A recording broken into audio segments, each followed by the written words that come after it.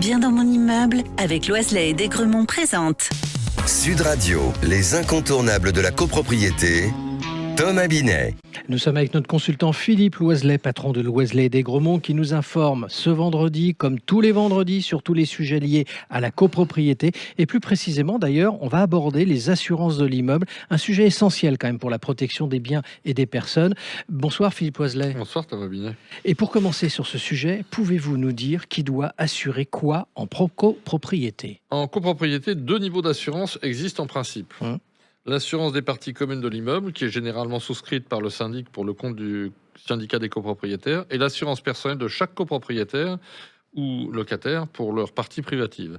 Le syndicat doit souscrire une assurance multirisque immeuble qui couvre les dommages causés à l'immeuble et aux parties communes, comme les dégâts des eaux, les incendies ou les catastrophes naturelles. Et de leur côté, les copropriétaires doivent assurer leur propre logement ainsi que leurs biens personnels. Et quelles sont les garanties le plus souvent couvertes par l'assurance de l'immeuble ? En général, l'assurance de l'immeuble couvre plusieurs garanties importantes.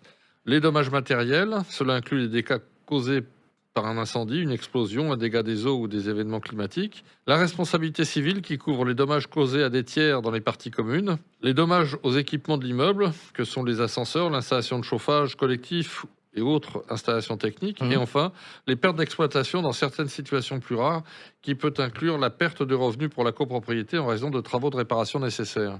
Quelles sont les obligations, Philippe, des copropriétaires en matière d'assurance ? Les copropriétaires doivent souscrire une assurance pour couvrir leur partie privative. Cette assurance doit en principe inclure des garanties telles que la responsabilité civile pour couvrir les dommages qu'ils peuvent ou que leur bien peut causer à leurs voisins ou à la copropriété, comme par exemple un lave-linge qui fuit. Les dommages aux biens pour protéger leur logement et leurs biens personnels en cas de sinistre. Et puis les garanties optionnelles comme la protection juridique ou la garantie des pertes de loyer en cas de sinistre. Alors comment les copropriétaires peuvent-ils choisir leur assurance ? Choisir une assurance est malgré tout un processus délicat. Je recommande aux copropriétaires de comparer plusieurs offres et de prêter attention aux garanties proposées, aux franchises, aux exclusions de chaque contrat. Il est également utile de lire les contrats et de faire appel à un courtier professionnel indépendant des compagnies d'assurance qui est chargé de défendre les intérêts des assurés, qui leur fournira des conseils adaptés à leur situation spécifique.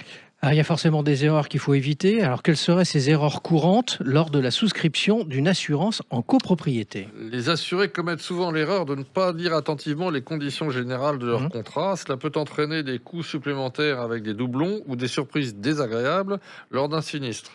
Une autre erreur est de sous-estimer la valeur de leurs biens ou de ne pas inclure certaines garanties essentielles pour payer l'assurance moins chère. Il est important d'évaluer correctement ses besoins avant de souscrire le contrat.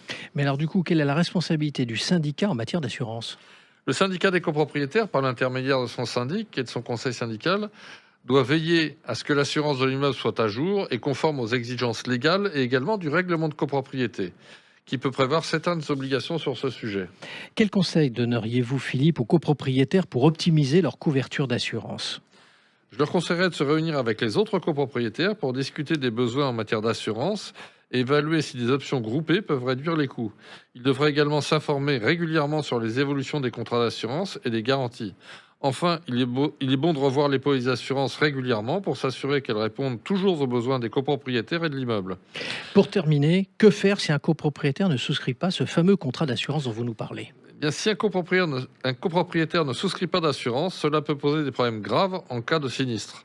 En général, le syndicat peut demander au copropriétaire de souscrire une assurance car cela protège non seulement ses biens, mais aussi ceux des autres copropriétaires. En cas de dommages causés par ce copropriétaire à des tiers, il pourrait être tenu pour responsable sur ses propres biens, ce qui peut avoir des conséquences financières très sérieuse. Merci Philippe. Et nous vous retrouvons vendredi prochain pour un autre numéro d'Oser Investir, les incontournables de la copropriété. Et pour ce qui me concerne, je vous donne rendez-vous dimanche dès 9h30 dans la matinale week-end.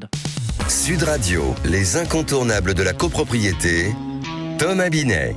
Avec Loiselet et Desgremont, bien dans mon immeuble.